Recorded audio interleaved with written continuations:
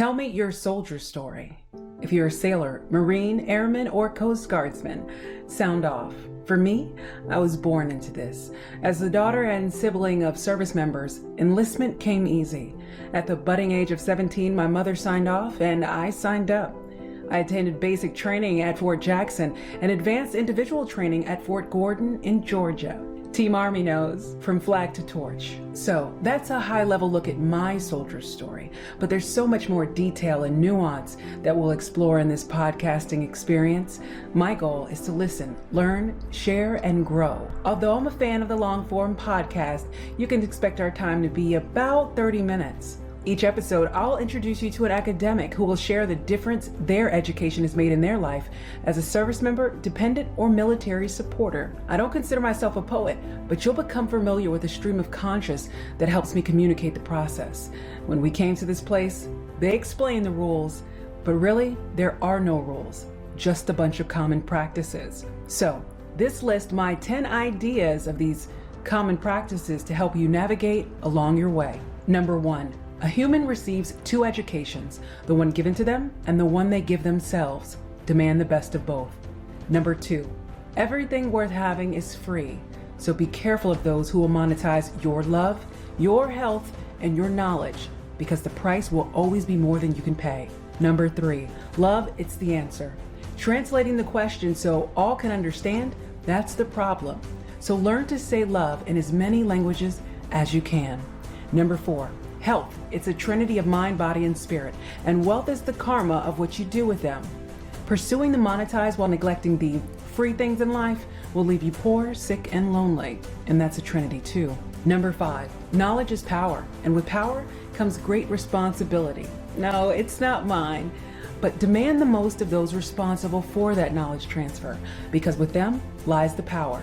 Number 6, everything's a mirror. Look for beauty, and beauty is what you'll find. Look for flaws, and flaws are what you will find. So look long and look deep. Number 7, beauty is in the eye of the beholder. The beholder is you. So again, look long and look deep.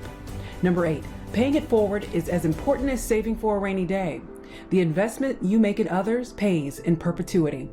Number 9, truth, facts, and principles are constants that change.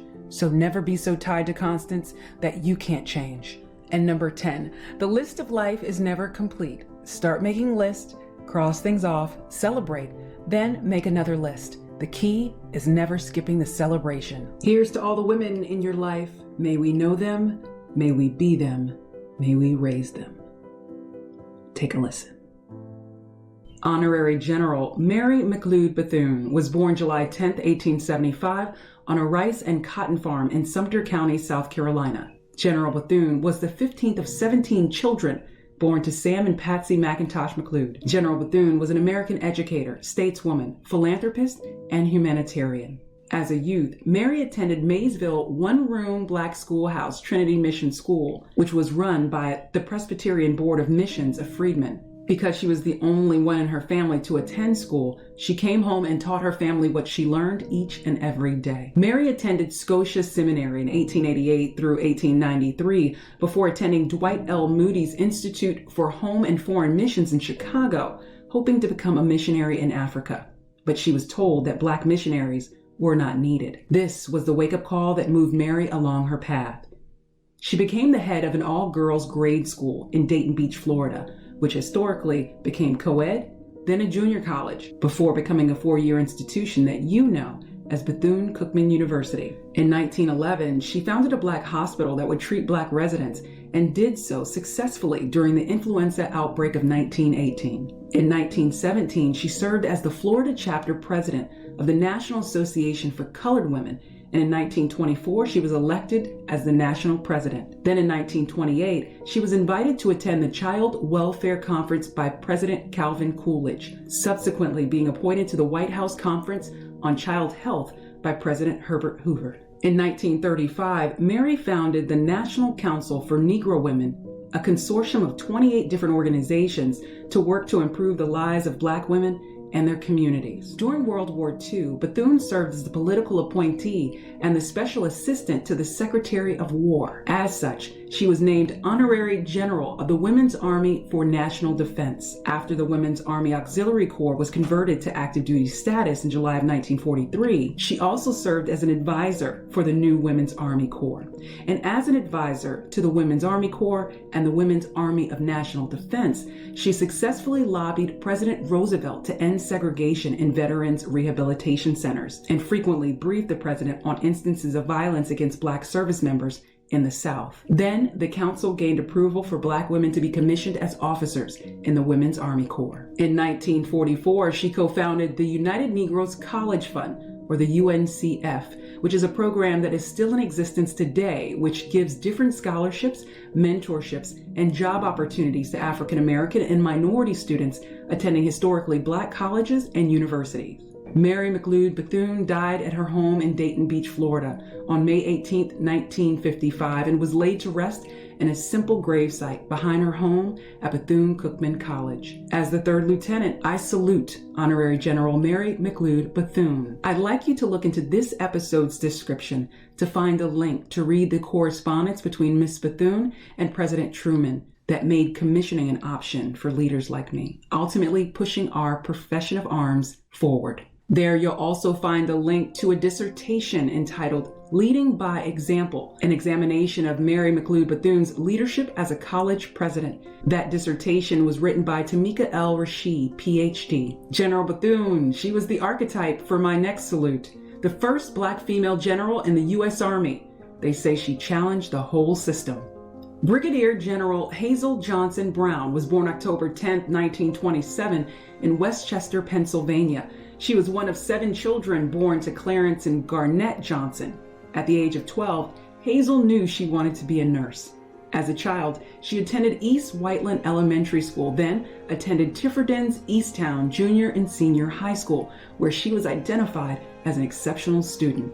After graduation, she applied to Westchester School of Nursing, where she was denied admission because of her race. This was the wake-up call to move Hazel along her path. In 1947, she moved to New York City to attend Harlem's School of Nursing, then began her career at the Harlem Hospital Emergency Ward as a staff nurse. In 1955, Hazel enlisted in the United States Army 7 years after President Truman eliminated segregation in the military. As a service member, she was a patient advocate at Walter Reed Hospital, working in open heart and neurosurgery. She took assignments as a surgeon in Asia that included stations in Korea, Japan, and Vietnam. In 1977, Lieutenant Colonel Johnson Brown became the highest-ranking Black woman in the U.S. Army when she was promoted to a full bird colonel. 2 years later, she was promoted to the rank of Brigadier General, taking charge of over 700 nurses in the Army Nurse Corps. She set policy and monitored operations at 8 Army medical centers, 56 community hospitals, and 143 freestanding clinics in the U.S. and abroad. Her military decorations include the Army Distinguished Service Medal, a Meritorious Service Medal, the Army Commendation Medal with Oak Leaf Cluster, and she was recognized as the Army Nurse of the Year twice.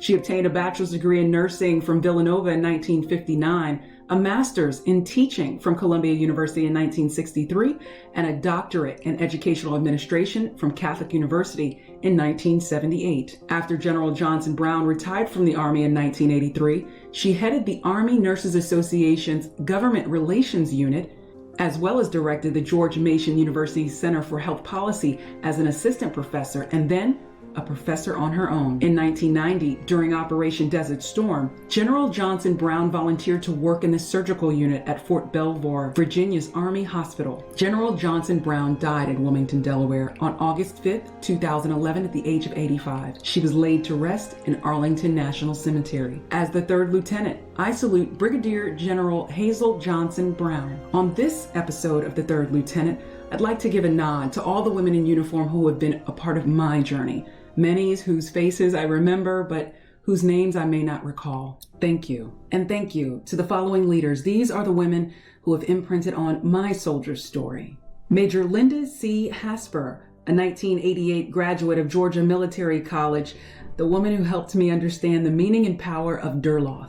Major Charity Green Lee, a 2002 graduate of Embry-Riddle Aeronautical University, a mentor willing to let me peek behind the field grades curtain. Major Amanda Hara, a 1997 graduate of West Virginia University Institute of Technology, an amazing officer and skillful in civil affairs. Major Nicole Foley of the Pennsylvania State University class of 1994, my most recent raider, mentor, and fellow signaleer. We are. Major Nefertaria Lovett, a logistician, 2002 graduate of Florida A&M, always willing to open up and look out and advise her namesake. Then there's the Chiefs, always setting the example. Chief Clarissa Lovett and CW5 Felicia Shern, you are the reason I still believe that unicorns are real. And then the onlys. While in officer candidate school, the only female training and counseling officer I had, Major Nelia N. Diaz, class of 2014, University of Phoenix. Thank you, ma'am, for your support and guidance. Major Mendela A. Nash, a 2013 graduate of Columbia Southern University, the only female training and counseling officer that I had during my basic officer leadership course. She was my senior TAC. She's a mother, a mentor, and respectfully, a friend. Captain Quanquita Wright, a 2002 graduate of Fayetteville State University. She's a medical officer who looked out for me when I was pre-mob at Fort Hood, my battle buddy and former S1. 2014 graduate of Temple University, Lieutenant Robin Lawrence, sending vibes forward to you, battle. Then there's my recruiter. Why? Because you always have to thank your recruiter. Sergeant Echeverria, thank you. My sister, Vanessa Richards, the first of my siblings to enlist. She was a combat medic, a 91 Bravo, and supply, a 92 Yankee. Sincerely, I'd like to thank every woman who contributed to my mitochondria, and I'd be remiss if I didn't mention my mother. Carolyn Denise Richards, Sergeant First Class, Army retired, was born February 10, 1975 at Cook County Hospital in Chicago, Illinois. Carolyn was the seventh of 9 children born to Bessie and Willie Slate. My mom graduated from Parker High School in 1975, then joined the U.S. Army at the age of 18. Sergeant Richards was an air traffic controller serving as a 93 Hotel Tower before reclassing to a 93 Juliet radar. Then as an E4 specialist, she had me at Gorgas Hospital just outside of Fort Clayton, Panama in 1979.